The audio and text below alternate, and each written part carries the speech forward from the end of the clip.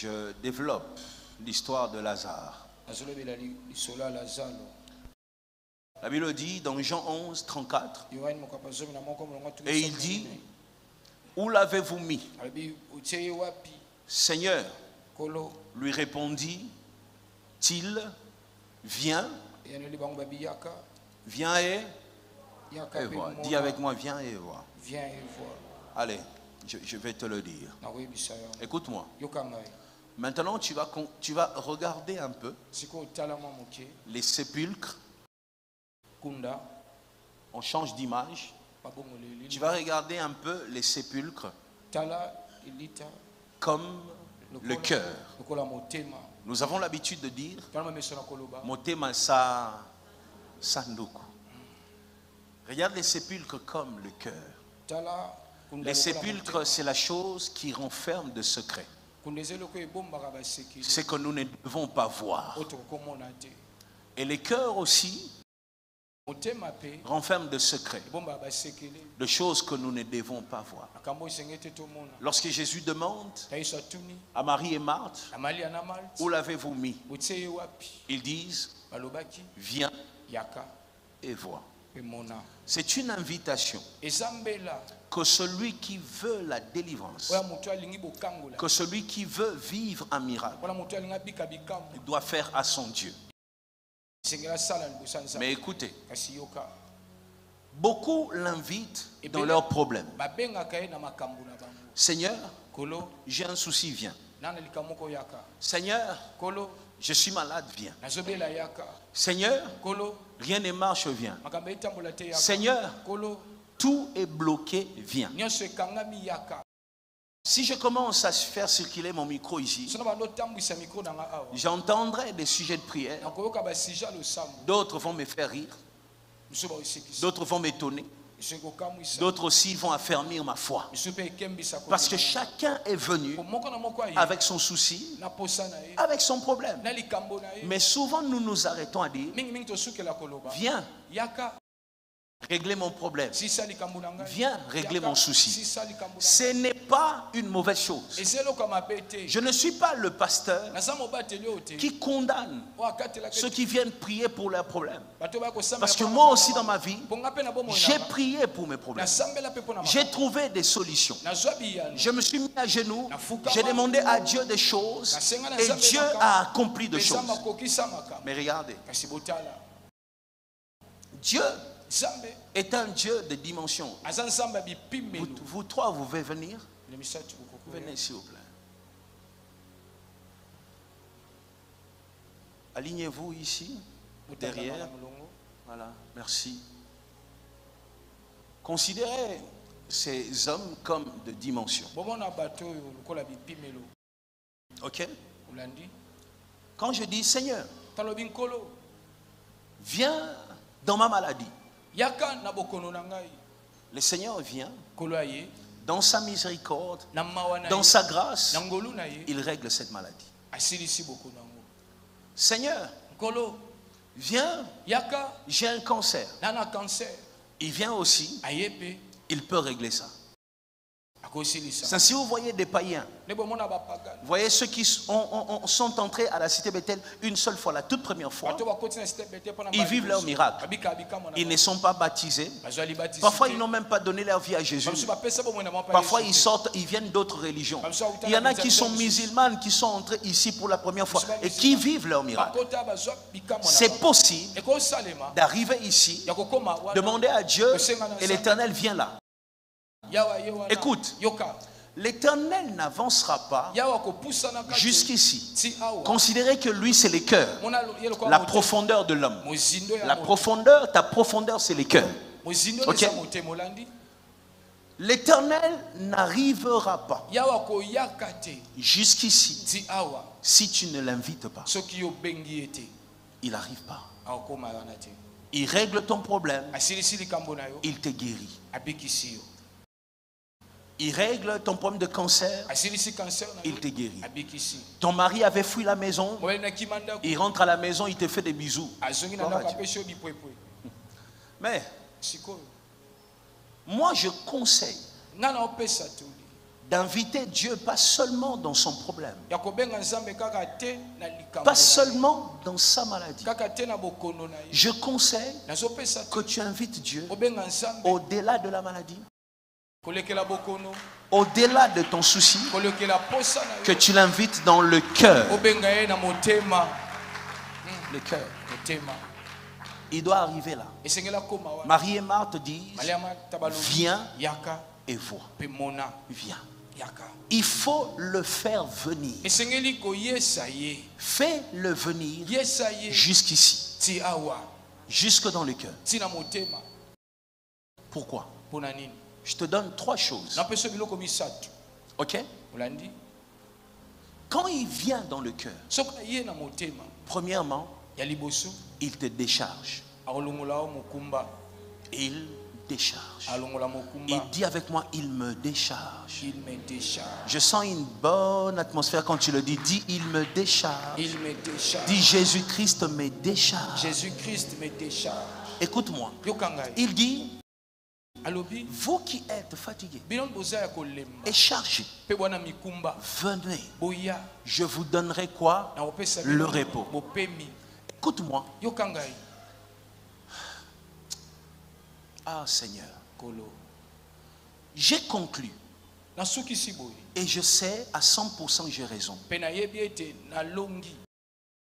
Il est impossible d'être quelqu'un de responsable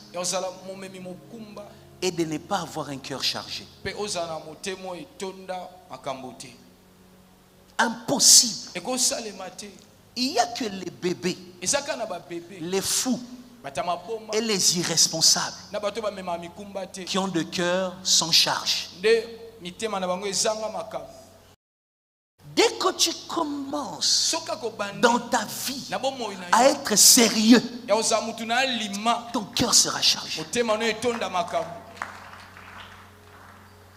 Déjà, vivre au Congo, juste ça, ça charge déjà ton cœur. Hey! Qu'on vivre na Congo.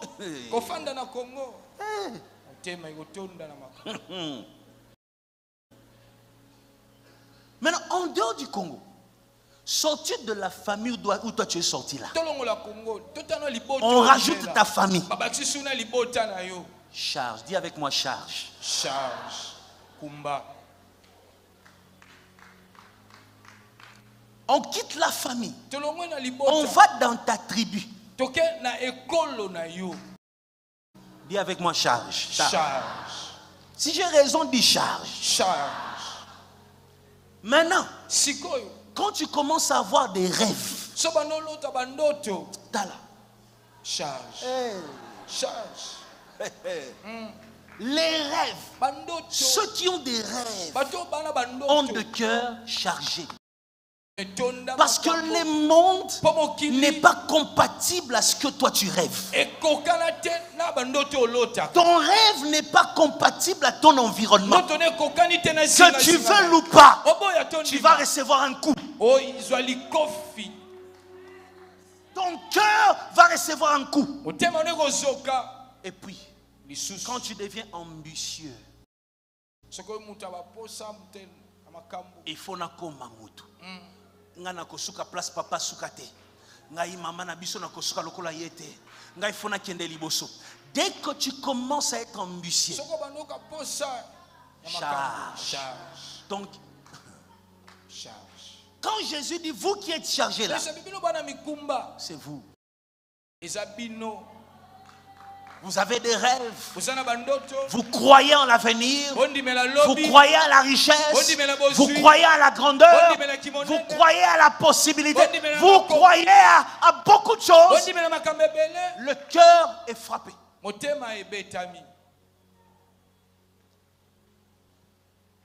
Ainsi, tu as besoin de lui dans ton cœur. À l'église ici, à un moment on avait des poubelles. Des poubelles et c'était tout le temps rempli. Je me chamaillais avec maman Apolline ici. Je lui disais à un moment, il faut fermer la porte parce qu'il y a des gens qui viennent de l'extérieur seulement pour jeter leurs choses dans notre poubelle. Après, j'ai compris que vu le nombre de gens qui viennent, les nombres de cultes qu'on a, regardez comment on est nombreux jusque dehors. C'est-à-dire, si tout le monde jette un papier mouchoir, la poubelle est remplie. Alors je me suis dit, au lieu chaque jour de commencer à voir, est-ce que la poubelle est remplie?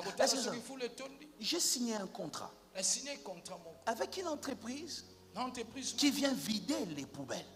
Ils viennent avec leur moto. Que je sache pas, ils viennent vider. Parce que je sais, tous les jours, il y aura quelque chose dans la poubelle. Nos cœurs sont comme les poubelles de la cité Bethel.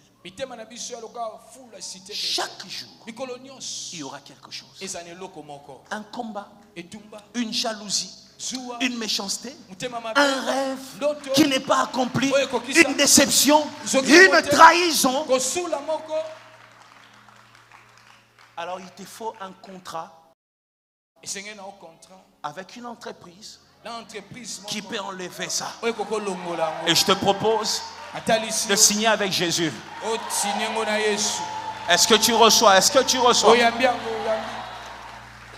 Signe avec lui. Donne-lui ton cœur. Parce que quand on dit donne à Jésus ton cœur, on ne sait pas pourquoi. Moi, je suis un homme vivant avec des blessures, vivant avec des déceptions, vivant avec des trahisons. Au point qu'un jour je me suis regardé, je dis qui est à mes côtés? Mais je me lève chaque jour. Quand je ris ici, les rires que tu vois ici, ce n'est pas un semblant. Je ris vraiment. Je suis joyeux. Comment je fais avec tous les combats que j'ai? Je peux arriver à un endroit, quelqu'un était passé ici, a parlé contre toi. Je vis ça tous les jours. Je peux arriver à un endroit, quelqu'un nous a dit qu'on ne puisse plus te recevoir parce que toi, je vis ça tous les jours.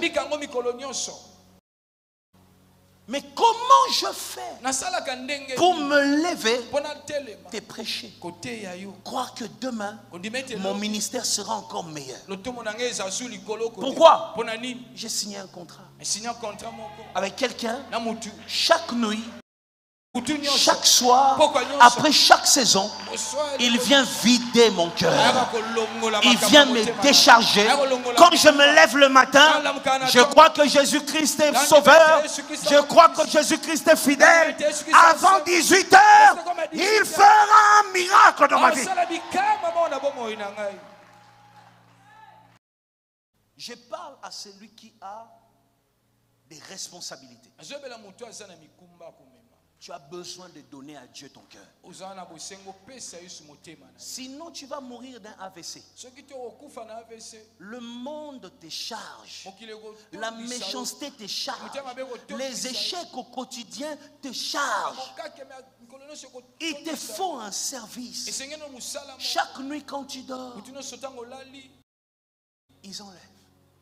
Ils enlèvent. Ils enlèvent. Olala kinakanda. Tu te lèves le matin, la colère est partie. Quelqu'un a enlevé ça. Lève la main, dis je te donne mon cœur. Dis encore plus fort, je te donne mon cœur. Dis Jésus, je te donne mon cœur. Dis prends le contrôle de mon cœur. Décharge-moi.